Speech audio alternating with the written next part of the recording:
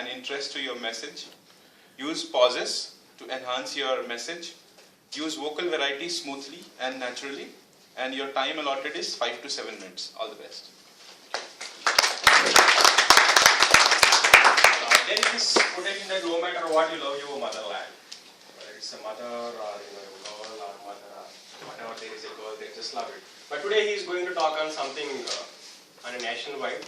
The speech of his title is National Shame. Let's see what he has in store for all of us. Toastmasters will do National Shame.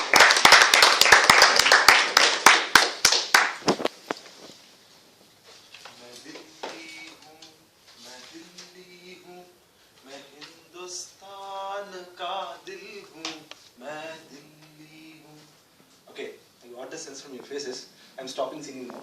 My throat is already bad and I don't want to make it a more laughing matter. But this song, My Dilli Hoon, was one of the best songs which I ever heard in my teenage.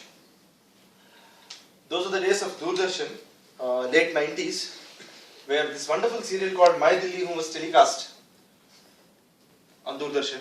And the serial was about how Delhi, from being the capital of Pandavas of some 3,000 years ago, has been getting transformed generation after generation, and finally it's a city, our national capital.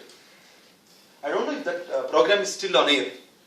If the program is still on air, I believe they would add at least 10 or 15 episodes to tell why this New Delhi is becoming a national shame by being called as the rape capital of the world.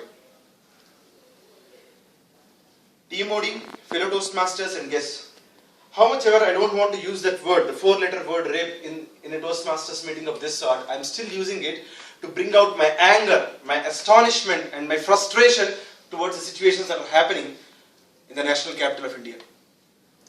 Few days back, 16th December 2012, a hapless girl in her 20s was traveling in a bus with her friend, who happens to be a male, thinking that she'll reach her destination very, very safely. 5 men in the same bus came and assaulted the couple. The boy tried to save the honor of the girl, and he was beaten black and blue, stripped and thrown on the road naked. The girl was later sexually assaulted, a gang rape in a local jargon. And the people were shell-shocked.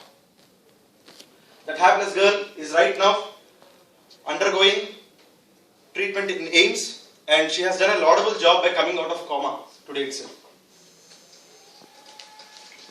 While she has done a laudable job, are we as a society doing a laudable job? No. The moment this sort of incidents happen in India, two people will start speaking. One is the media, who run 24/7 news shows, and the second are moral high people. They are there, men and as well as women. Men will start telling that they asked for it. They wore all idiotic clothes and they were roaming on the road, and they were asking for it.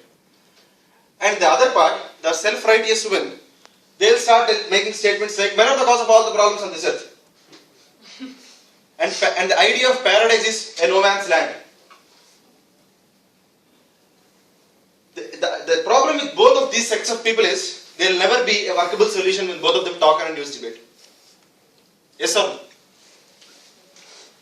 But then, in a day-to-day life, there's a huge interdependency in our families, in our lives, between the sexes. For every man, there will be at least 4 women on whom he depends and from whom he derives the most joyous days of his life. His mother, his sister, his wife, his daughter. So anything to any of these 4 people will affect him like a disaster.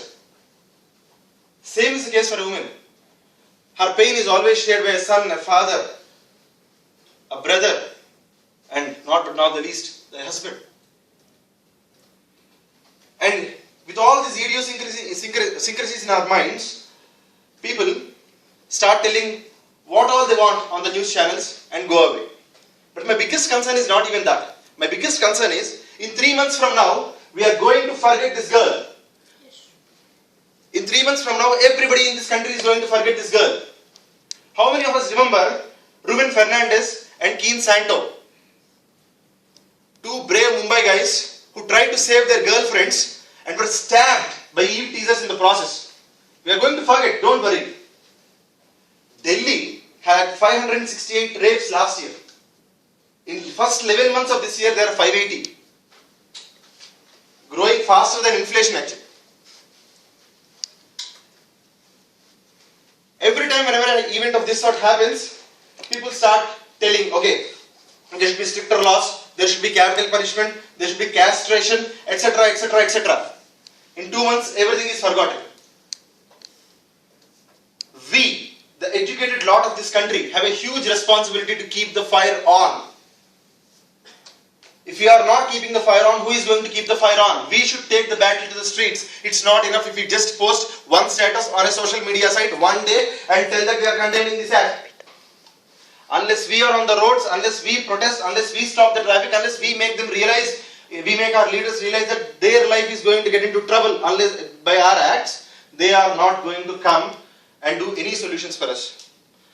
But how many of us here wholly and solely believe that just by enacting stronger and stricter laws, we are going to win this battle?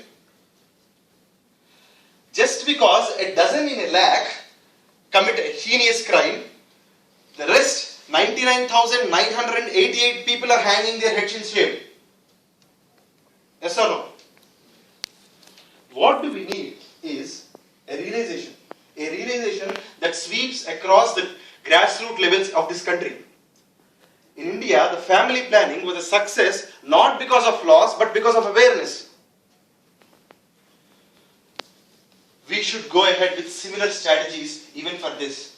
It's very easy to preach. It's very easy to be Subbu and talk here. It's very easy to be a debater and debate in a national news channel. But to get into the ground, it's very, very tough. I am not here to preach, and I don't even have the singlest, faintest clue on how to bring up this revolution in this country. On how this social awareness program should start in this country, I don't have an idea. But I have faith in something called collective intelligence. The collective intelligence of this house, of this laudable audience, is much better than the individual intelligence of mine. Hence, I appeal to this entire audience to go back, think about it, generate new ideas, spread the message to more people, and get more ideas so that at some point of time, this national shame is wiped out of India. And I'll be very happy if this speech would serve as a catalyst for that. Thank you.